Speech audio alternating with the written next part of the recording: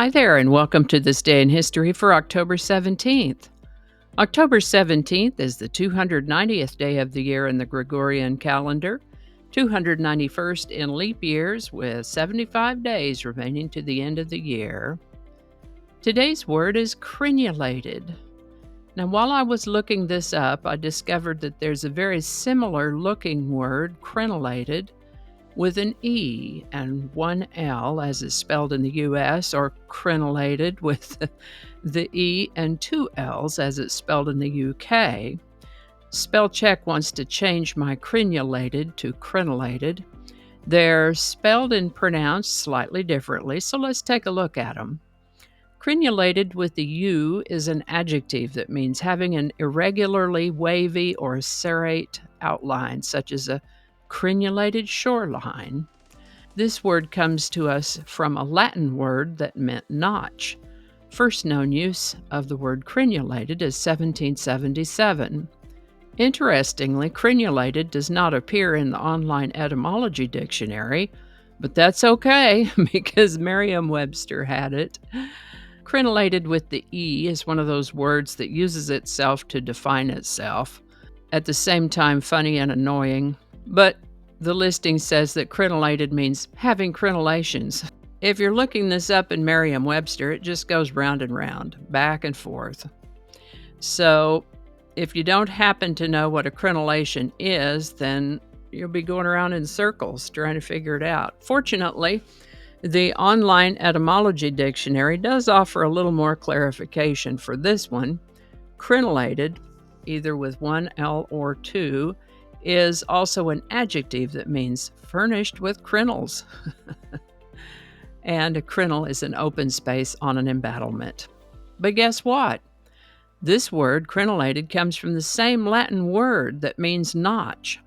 So crenulated with the U is an adjective that means having an irregularly or wavy serrate outline, like a shoreline, first known use 1777. And crenulated with an E is an adjective that means having crenulations, a feature of battlements, which are these classic castle features consisting of the openings, the notches at the top of the wall. First known use in about 1823. I suppose one could conceivably have a crenulated castle surrounded by a crenulated moat. Slightly different spelling, different meanings, but derived from the same Latin source word, and one can easily imagine how they are a little bit related in meaning, crenulated or crenulated. Today's word crenulated was requested by YouTube viewer at KMM129. Thank you, Mother Mary. And if you have a word you'd like us to explore in this Word of the Day section, drop it in the comments. We'll take a look at it. And with that, Kepler's supernova was observed on October 17, 1604 in the constellation Ophiuchus. Louis XIII was crowned French king on October 17, 1610, and I thought, hey, he's bound to be related to Louis XVI, who got a mention yesterday when we talked about Marie Antoinette. So, of course, I looked it up. First of all, they lived about 150 years apart, and if I've counted correctly, today's Louis XIII looks to be the great-great-great-great-grandfather of Louis XVI. 7 generations, and every blessed one of them is named Louis. This is the birthday of Jean-Paul Marie Deckers, better known as the Smiling Sister or the Singing Nun. She was a Belgian singer-songwriter and a member of the Dominican Order in Belgium, best known to the rest of the world for her 1963 song Dominique. Unfortunately, a series of misunderstandings and disappointments led her to leave the order, and while she continued to make records, none of them achieved the success of Dominique. In addition, most of her royalties were paid directly to her religious congregation, and the rest went to the record company and the producer, and then someone came forward claiming to have co-written Dominique. About 20 or so years later, in 1985, broke and hopeless, and in a pit of despair, Ms. Deckers and her good friend and roommate took their own lives. She was 51. There has been a book written about her life, a couple of theater plays, and some movies based on her life. Singing Nun, Jean Paul Marie Deckers. Caravaggio's painting, Nativity with St. Francis and St. Lawrence, was stolen from the oratory of St. Lawrence in Palermo, Italy on October 17, 1969. Caravaggio was a remarkable artist, especially known for his use of an artistic technique called chiaroscuro. This is a technique that is less reliant on color, instead using rather intense light and dark in an art piece. This influence can be seen in the works of later artists as well. He had a good eye for likeness, too. Caravaggio completed somewhere around 100 paintings over the course of about 20 years in mythological, religious, and everyday subjects. Apparently, he was a colorful character in life, passionate and in possession of a hot and sometimes violent temper. He spent the last 4 years of his life on the run because of that temper. But we're here to talk about the stolen painting today. As I mentioned, Nativity with St. Francis and St. Lawrence was stolen from the oratory of St. Lawrence in Palermo, Italy, and that painting is still missing, although a replica was commissioned in 2015.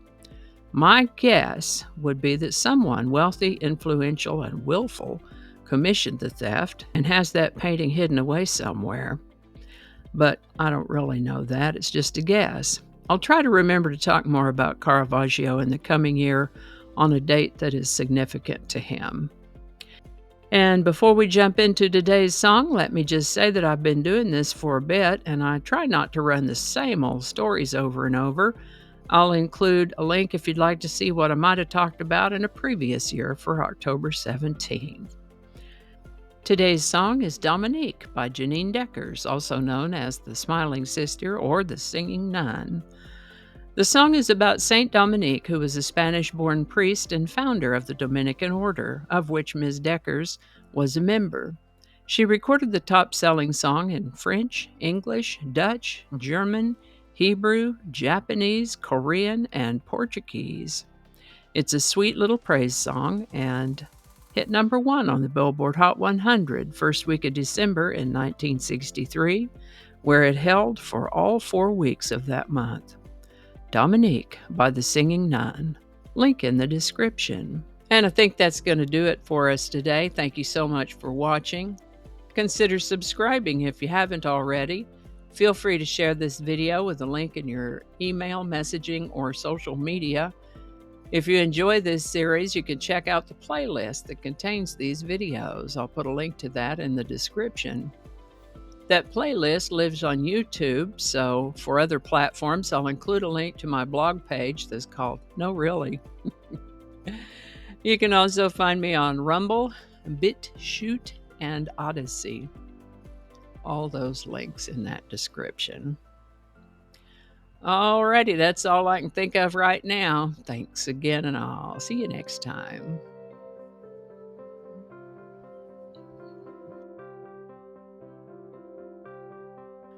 This is the birthday. I didn't get that. Could you try again? I wasn't talking to you. Okay. Cacophony is a sound. Cacophony is a noun that... I'm going to have to look that up. Yeah, that's what it is. Okay. Alrighty. You got to read it the right way. Let's start over.